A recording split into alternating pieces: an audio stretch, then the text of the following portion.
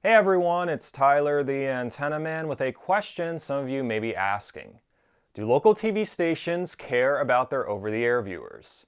Millions of people have trouble picking up their local TV stations with an antenna, hence the success of my YouTube channel and antenna recommendation service.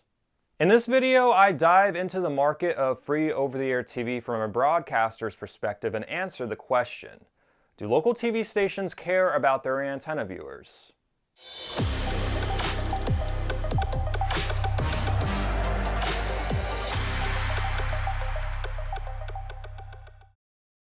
If you're seeing me for the first time, make sure to subscribe to my YouTube channel and hit that little bell icon to receive a notification whenever I post new videos. So television was invented around the concept that TV stations would be picked up free over the air with an antenna, kind of like how radios work. Over the decades, cable and satellite services became very popular to the point that only about 20% of TV viewing is from an antenna today. Here's one thing most of you do not know. Local TV stations make a ton of money on retransmission fees from subscribers on cable, satellite, and even streaming services like YouTube TV. They're projected to make over $11 billion this year. To reiterate, this is money paid to local TV stations by cable and satellite subscribers, despite the fact the channels are available free over the air. If you don't believe me, just look at a cable bill. There's usually a separate broadcast TV fee. That's how much someone is paying to get their local channels. Accessing a TV broadcast over the air with an antenna does not bring any money directly to a TV station. This makes me wonder what incentive broadcasters have to put out a good over-the-air signal for antenna viewers.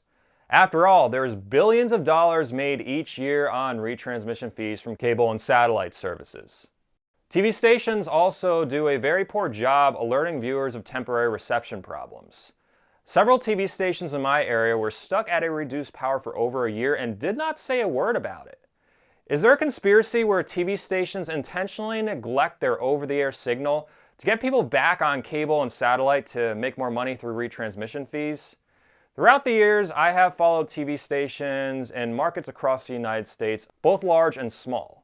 After all, most TV station signals changed after the FCC Repack. It kind of gave stations the opportunity to either improve their over-the-air signal, keep it as is, or sell out for some quick cash. To my surprise, most TV stations actually do care about their over-the-air viewers who receive their station with an antenna. There are plenty of examples of this locally in the area I live. Despite being owned by cable company Comcast, NBC10 in Philadelphia improved their over-the-air signal after the FCC Repack. The same for CBS3 and other channels in the market. They applied for increases in tower heights and/or power to improve their over-the-air signal in the market. WNEP, the ABC affiliate in Scranton, operates a network of over-the-air repeaters in areas that can't pick up the main signal reliably. Hundreds of other TV stations across the country also operate similar translator networks to improve their over-the-air coverage where the main signal is not reliable. While many of these repeater systems that TV stations operate are kind of grandfathered in from decades ago, there are some examples of TV stations adding over-the-air repeaters in recent years. In 2014, Fox 29 out of Philadelphia added an over-the-air repeater in the Lehigh Valley, an area about 45 miles north that can't get most Philadelphia stations reliably due to a nearby mountain. In the same market, independent TV station WFMZ 69 and WDPN MeTV 2 also added several repeaters to improve their over-the-air coverage in areas such as Reading, Boyertown, and even Philadelphia.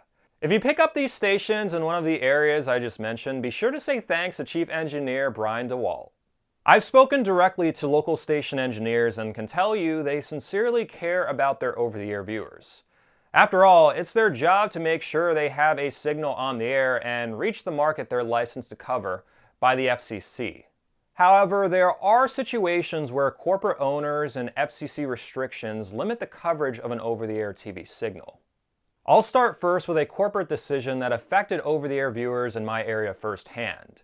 Remember a few minutes ago I mentioned the ABC affiliate in Scranton operates a network of over-the-air repeaters?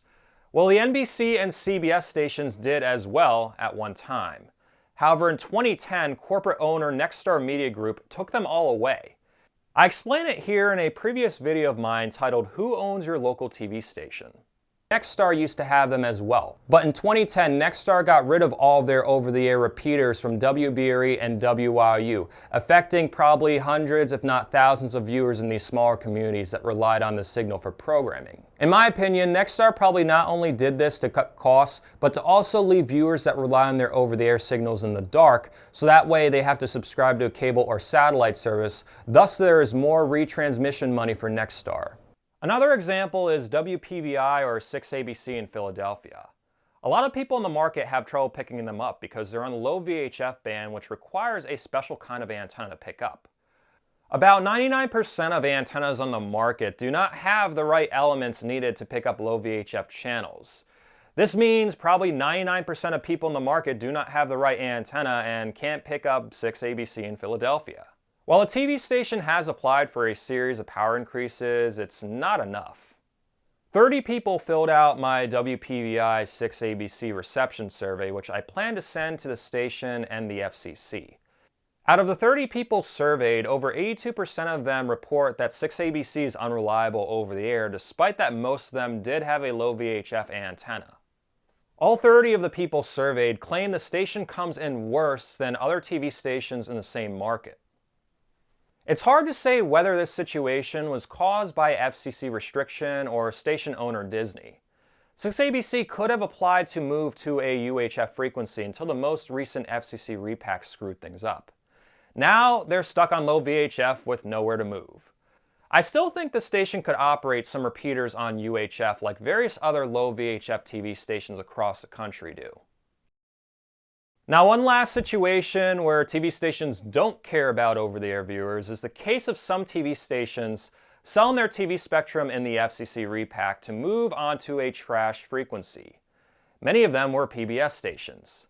Click the video up here to learn if your local TV station literally sold out their over-the-air viewers for some quick cash from the FCC. So besides some situations where a corporate owner or the FCC may limit things, most TV stations do care about over-the-air viewers. While it is true there is a lot of retransmission revenue coming in from cable and satellite subscribers to local TV stations, over-the-air viewing is a market in itself. TV stations should know if they don't have a good over-the-air TV signal, 6ABC, viewers in the market will just watch the other stations that they can pick up, which may affect the ratings of the problematic TV station down the road. As far as the conspiracy some of you have commented about that TV stations lower their broadcast power at certain times, that's a myth. All broadcast TV stations are under very strict rules to operate at a specific power. They must get FCC authorization to lower the power output, which really only happens if there's maintenance or if the TV station is upgrading their broadcast antenna. If you lose TV stations at certain times of the day or at night, it's because you're just barely picking up the station to the point any small changes in atmospheric conditions cause it to no longer come in. You will need a better antenna setup. Feel free to use my YouTube channel as a resource. I also offer antenna recommendations on my website at antennamanpa.com. You can sign up for one by clicking the card in the corner of the video screen. I've run over 3,000 reception reports to help viewers troubleshoot their reception problems across the United States and even in Canada. I found that the majority of people do not have the right antenna for their area, which results in reception problems. Investing in an antenna recommendation from me can prevent you from a ton of headaches and money wasted on the wrong equipment. If you prefer to get it done right the first time, visit my website and sign up for an antenna recommendation. Thanks again for watching this YouTube video.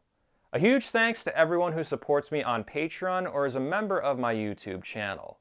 If you'd like to help support these YouTube videos while gaining exclusive perks, such as behind-the-scenes content, access to my videos ad-free 1 day early, sometimes 2 days early, and direct contact with me, visit patreon.com/antennaman or click the join button in this video. If you're on Facebook, like my Facebook page at facebook.com/antennamanpa. If you're not on Facebook and would like to receive email updates on when I post new videos, feel free to sign up to my email list. I attach a link in the description of my video. Stay tuned to my YouTube channel for more cord cutting and antenna related videos, and have an awesome day.